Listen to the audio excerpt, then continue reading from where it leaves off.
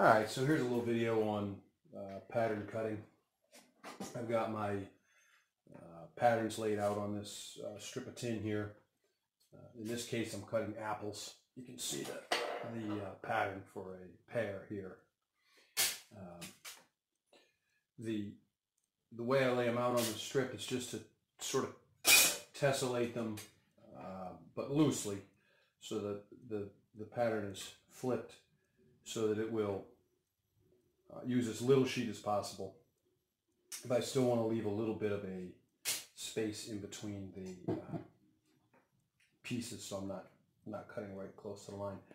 Use a large pair of snips here. I just rest them on my thigh, and that gives me leverage to push, and I can just push with my body weight instead of just having to use my hands. If I tilt the shears a little bit, I can get the piece to clear the bottom of the lower jaw. And you can also curve. You can throw a little bit of a curve in there if you need. Like these are pretty close, so I'll throw a little bit of a curve in there, and you can see that runs pretty well. So basically, I just cut them all free now.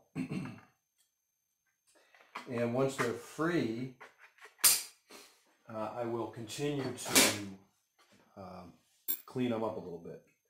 So I'm not trying to cut close to not trying to cut right to the line here. I'm just cutting close. And getting rid of particularly the corners, because when you go to cut a curve, you know, these organic shapes, when you go to cut a curve, all of that excess tin, this excess tin in the corner here will fight and resist the shears. So just nip off a lot of the excess. Makes it much easier to cut. One thing you'll notice, I'm cutting right-handed. If you're a lefty, you know, I get it. And particularly with these organic shapes like this, you could get away cutting left-handed. But the problem left-handed is that unless you have a particular left-handed shears, which you can get left-handed shears, but I don't have them. I just have these regular pattern shears. And so the right jaw will obscure the line. If I'm cutting left-handed, I can't see the line as I go around. On organic shapes like this, it's not that big of a deal. But just learn to cut right-handed. It's not that hard, and you'll pick it up pretty quickly. It's a lot easier. The grip I use these shears are curved so that I could, if I wanted to, I could go around this outside curve and then flip the shears over and come back into this inside curve. In practice, it takes time. You know, I've got hundreds of these pieces to cut, so I don't really want to spend the kind of time it takes to go real slow and careful like that. The other problem is when you pull your shears out and put them back in, you run the risk of leaving a meat hook on there. It's much better if you can really push the shears into the cut the entire time. You won't get that meat hook. So it's much better if I can always have pressure in there. Of course, you take the shears out and put them back in, you're losing that positive pressure. So here at the bottom of this fruit, I've got a little W-like shape. And here again, you know, this is one way to cut it, is to come into the curve, and then the tin will cut a little bit past the tips. I keep my thumb in here, which allows me a really high degree of control. I can make sure that I'm not cutting more than I intend to. Come back the other way, and just keeping the tips a little bit from the corner. You can nip it, and it'll hang there, and you can break that off. That's a fairly clean cut, and it's one way to do it. Another way you can do it is if I just come up to that corner, come up to that inside corner, I can tilt the shears and cut right out of that corner. And that's another way to do it. You can see there that it works just fine. So if I keep my cuts smooth, the other thing is I don't have to run out of line there. I don't have to turn these over for the inside corner. If I keep my cut nice and smooth and long and just make sure I'm moving, swinging my shears out. So here you can see the shears swing out to make that curve. And the other thing I can do is I can tilt them away from the line to help make that curve. And if I do that smoothly and cleanly, I can cut an outside curve even with the curve of the shears going the wrong way. All right, so that one's, I'll file up. I can make it a little bit neater, just file it up. It's a little bit of a mess from all the in and out that I was doing. But there you go, you get the idea. I've got, as I say, hundreds of these apples to cut. There's, or fruit, these, total pieces.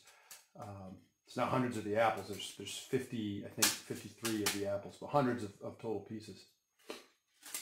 And so I don't want to spend a lot of extra time cutting.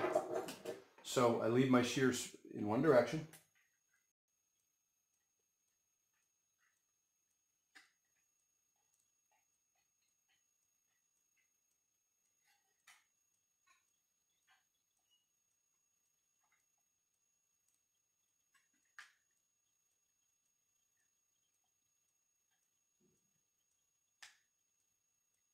And the thing is, with these organic shapes, you don't have to be right on the line precisely. You could drift a little bit. It'll actually add to the piece. It'll make each one look, they'll clearly be the same, but it just have less of a mechanical look. If there's some slight variation from one to the other, it won't look mechanical like stamped out shapes would tend to look sort of lifeless and mechanical. So little subtle variations, just like in a drawing, when your line thickness is always the same, can make the drawing look more mechanical. A little variety in line thickness kind of helps the drawing look better. All right, so lefties, you got to cut lefty. Okay, so you got to cut lefty. Well, you don't have to. As I said, just learn to cut right-handed. But let's say you can't learn to cut right-handed. You can get in there. I mean, you can do this. I can do this as a lefty. I could come around and you'll see that the curl is going to come to the inside. So by twisting the shears out, I can make that curl go to the outside. I'll just bend it. See, just bend it over. This, if it starts to get in the way,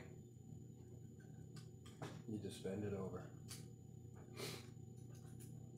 So I can shoot around, and the same thing here. Now when I come to this part, this spot, I want to go, now I can't go down under like you do with the right hand. I swing the shears down and away. I'm doing this left-handed, so I have to come up and towards myself. So rather than going down and away, I have to come up and toward myself. Now, again, being organic shapes, I can get away with it. You can't see the line, so it's just an intimation. Is it going to match the other fruit? Yeah, sure. It'll. Those are clearly the same, the same set. But if you're doing something like a lantern or something where you have a really precise, you need a really precise cut so that one piece will fit another.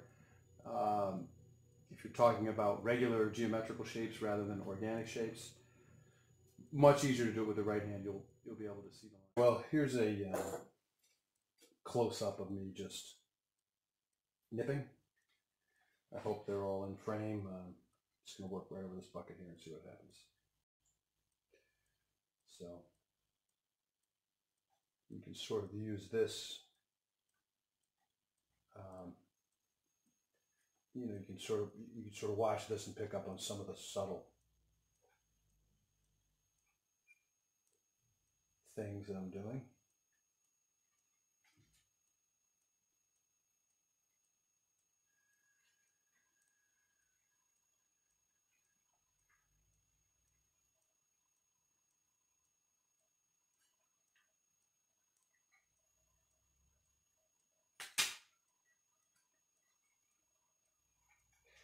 I like to shear it in one go, but sometimes when I'm laying them out on the strip, they get a little close to one another, and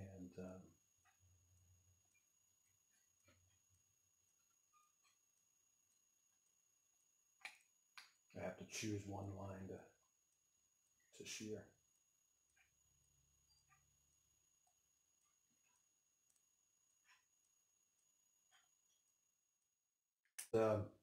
Just for something fun to do, I'll do this one both hands, both flipping the shears so that you can see what that would be.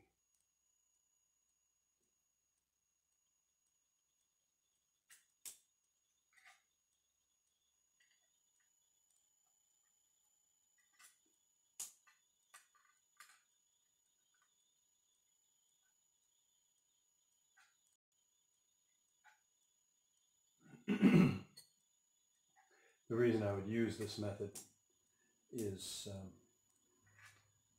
for accuracy. If I wanted to be a little more accurate, I could slow down and really make sure that the line was followed.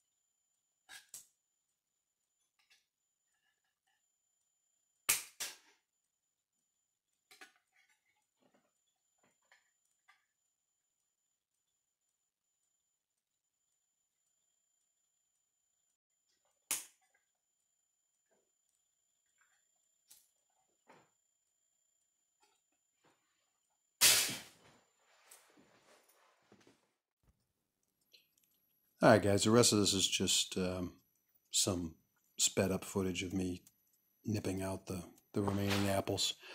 Appreciate you watching. I hope you got something out of it. The next video will be on repoussing these, embossing them in a wooden swedge block. So, got to carve up a wooden swedge block and then give these a little bit of shape. All right, see you next time.